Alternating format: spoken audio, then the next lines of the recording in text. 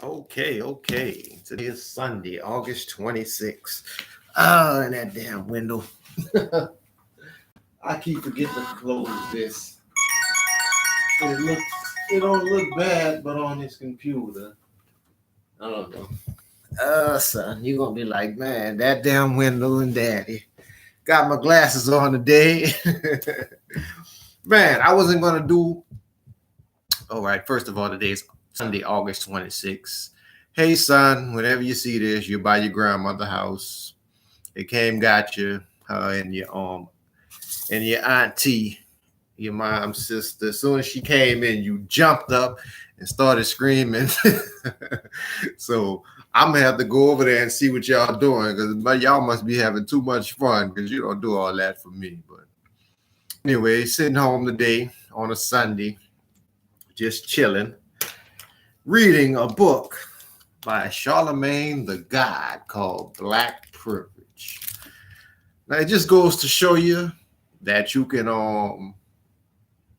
get people wrong. Because I used to watch the Breakfast Club, some of the interviews, the people that I was interested in, I would watch, but I'm not really into the new rap music, so I can't really listen to it live in the mornings because they play the music and it just drives me. I love the interviews.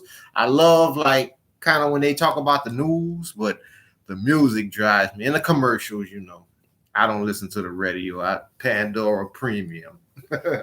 They need to pay me for advertising, but I'm more of a Tidal Pandora person because I like my music. I don't like the radio, the commercials. But anyway, this guy, pretty good, real crass on the radio. I don't think he's like he used to be, he didn't got kind of corporate or whatever. That's kind of why I kind of slacked off, Money does that, you have to evolve. But I'm just reading this book. I'm not finished. And I might do the review later. I might not, but like I say, this guy really shocked me just reading this book, man. He's from South Carolina, and he talks about Denmark Vesey. He talks about the history of where he's from. It's not all about, his adventures and all.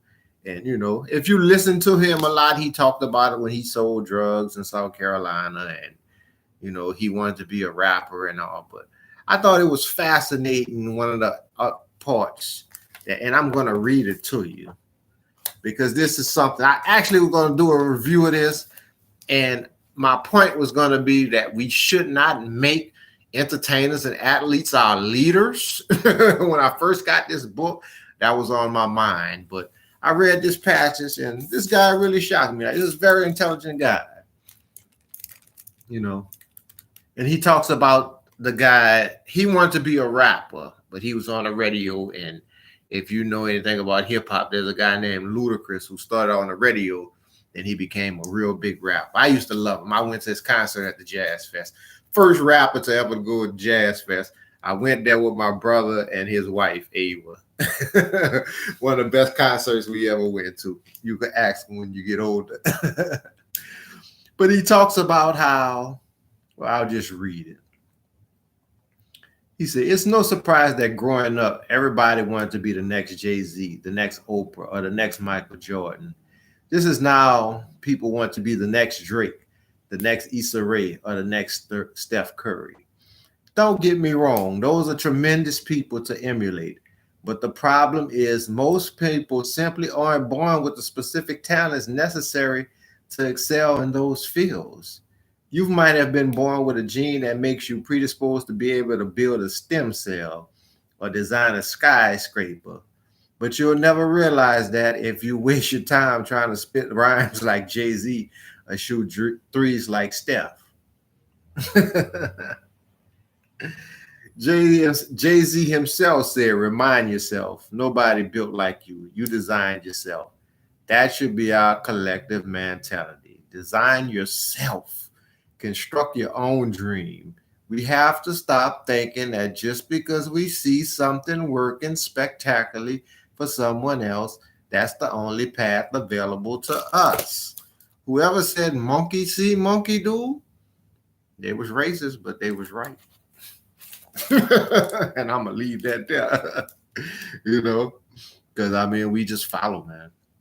I was lucky because my father never pushed me to follow the same dreams as everyone else. My cousins were getting football scholarships to places like Clemson, Penn State, and Alabama, but my father helped me look beyond sports. He said his father would tell him, think about being a doctor or a lawyer or engineer. Just as my mother was always pushing me to read books that would make me think about worlds and lifestyles that I wouldn't otherwise encounter in my day-to-day life. Even with that sort of constant encouragement, I still gravitated to one of the stereotypical dreams for kids in my community, rapping.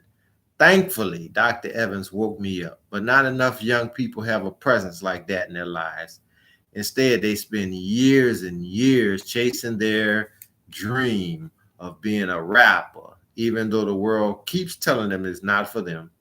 It really breaks my heart to think of all the people who could have been great engineers, architects, doctors, and lawyers, and this is me. Councilmen and astronauts and businessmen and piano players and jazz players and all kind of different things. You got so many different things, and all of us trying to get into one thing. It's just real sad. But never even considered those dreams, let alone chase them. All because the entertainment game looks so glamorous. You know, like I said, I haven't finished this book. I said I was just gonna read it on a Sunday. I'm reading Dostoevsky, and his books are kind of long, so I just kind of read these books in the middle. But man, like I said, I kind of got a new respect for this guy, you know, because it's I mean, that's like my main thing, you know. So many people chase, you know, and it's not even the Black community now; it's America. You know, America, all our kids want to be entertainers because they make their lifestyle look so great. You know, I mean, you got people coming from different countries now because they have so many areas where American kids can't even do. You know, you got so many doctors coming, nurses, they begging nurses to come from overseas because the people here don't want to do that. All our young people want to do is sing and dance, and it's sad. You know, so Charlamagne The God, Black Privilege. Son, I will require you to read this book. This is an awesome book. I think all young men, you know, especially Black men, should read this book, man. This book should be a bestseller, kind of like Malcolm X book, you know. I'm not saying this guy is Malcolm X or anything, but like I said, he gives some jewels in this book. And I have to admit, I was shocked, you know. I thought this was just going to be like some sensational, you know, some sensational coming of age. You know, I was a thug and then I got my life together when I went to jail, you know, that same old formula that they sell us. But actually pretty good. Charlamagne The God, Black Privilege. I will buy this book, son, and you will read it early. Peace.